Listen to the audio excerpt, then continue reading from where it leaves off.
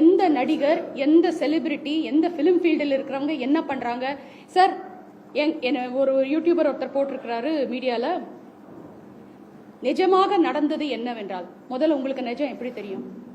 நான் இப்ப ஹாஸ்பிட்டல்ல இருந்து வந்து கன்சர்ன் பர்சன், இப்ப நான் உங்ககிட்ட டைரக்டா பேசுறேன். என் வாயிலிருந்து ஒரு விஷயம் வராம இதுதான் நடந்தது அதுதான் நடந்ததுன்னு எப்படி நீங்க எந்த பேசிஸ்ல உறுதிப்படுத்தி ஒரு நியூஸை வெளியிடுறீங்க? நடந்தது இதுதான் அப்படின்னு சொல்லிட்டு ஒரு இன்ஃபர்மேஷன் இருக்கு, மொத்தம் தப்பா இருக்கு. எத்தனை பேருக்கு இந்த மாதிரி முன்னுக்கு வந்து பேசுறதுக்கு முதல்ல முடியும்னு நினைக்கிறீங்க? ஏன் வந்து என் கல்யாணத்துக்கு யாரா வந்தாங்களா? என் டிவோர்ஸுக்கு யாரா வந்தாங்களா? நான் புள்ள பெக்கும் போது யாரா வந்தாங்களா? நான் வாழ்ந்துட்டு இருக்கும் போது யாரா வந்தாங்களா? நான் என்னென்ன பாட்டு பாடி இருக்கேன், இது நான் என்னோட ப்ரொஃபஷன் மெயினா என்ன, நான் என்ன பண்ற லைஃப்லன்னே எதுவுமே தெரியாத பீப்புளுக்கு 4 செவத்துக்குள்ள ஒரு வீட்டுக்குள்ள 4 செவத்துக்குள்ள ஒரு பெட்ரூம்குள்ள எனக்கும் என் கணவருக்கும் நடக்கிற நல்லது கெட்டது எப்படி, எந்த உறுதியில நீங்க வந்துட்டு இதுதான் நடந்துச்சுன்னு சொல்லி எப்படி பேசுறீங்க? என்ன மாத்திரம் இல்ல, இந்த மாதிரி பல பெண்களை, அதுவும் பெண்களா இருந்தா செலிபிரிட்டின்னு பேசுறதுக்கே உங்களுக்கு பயங்கரமா பேச்சு வருது ஒவ்வொருத்தரை பத்தியும். இதுலயும் பெண்ணு அப்படின்னு வந்துச்சுன்னா இன்னும் இன்னும் இன்னும் மட்டமா மட்டமா மட்டமா வந்துட்டு ஒரு பெண்ணை வந்துட்டு காமிக்கிறீங்க.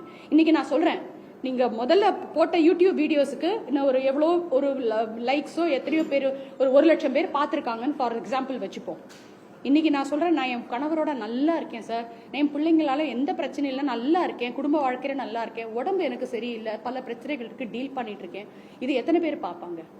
இப்படிங்கிறதுக்குள்ள ஒரு மனிதனுடைய வாழ்க்கையில பர்சனல் லைஃப்ல சேத்தவாரி அடிக்கிறாங்க. அதை ரிப்பேர் பண்றதுக்கு எவ்வளவு நாள் ஆகும் சார்? எவ்வளவு நாங்க கஷ்டப்படணும்? ஏன் சார் நாங்க என்ன தப்பு பண்ணோம் உங்களுக்கு?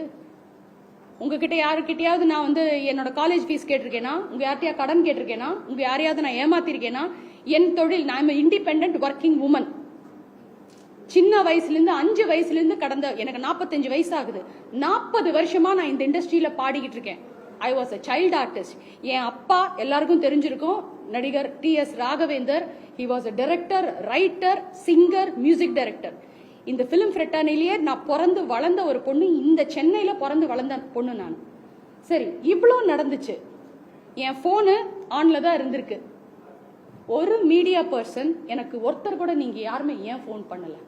கல்பனா மேடம் நீங்க சூசைட் பண்ணிக்கிட்டீங்கன்னு வெளியில பேசிக்கிறாங்க, உண்மையா? இந்த மாதிரி நடந்துச்சா? கேட்கலாமே.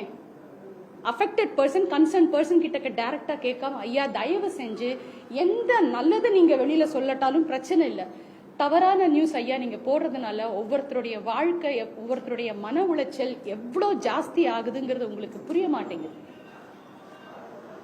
இதுக்கு அண்ட் பப்ளிக் பாக்குற பப்ளிக்கு என்னுடைய ஒரு வேண்டுகோள், ஒரு நல்ல விஷயம் வந்தா நீங்க அதெல்லாம் பாக்குறதுக்கு எவ்வளோ சோம்பல் படுறீங்க. ஒரு கெட்ட, அதாவது ஒரு ஒரு ஒரு சிங்கர், இப்ப என்னையே எடுத்துக்கோங்க, கல்பனா தன்னுடைய கணவரோடு அருமையாக வாழ்கிறார், நல்ல மனைவி என்று பேர் எடுத்தார், நல்ல மதர் என்று பேர் எடுத்தார்னா நீங்க பப்ளிக் நீங்க அதை வந்துட்டு அதை பெருசா நீங்க பொருட்படுத்த மாட்டீங்க.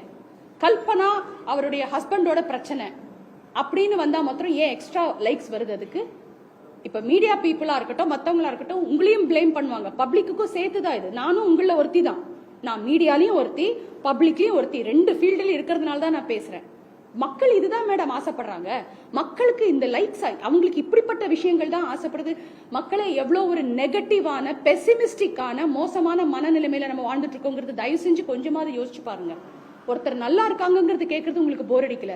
எந்த ரியாலிட்டி ஷோல எடுத்துக்கோங்க, எதுல இருக்கு, யாரோ அழுதாங்க, யாராவது அங்க விழுந்துட்டாங்க, யாருக்காவது ஏதாவது ஒரு அபத்தம் பற்றி போய் ஏதோ பிரச்சனையாச்சு, இதெல்லாம் தான் கேட்கறதுக்கு ரெடியா இருக்கீங்க.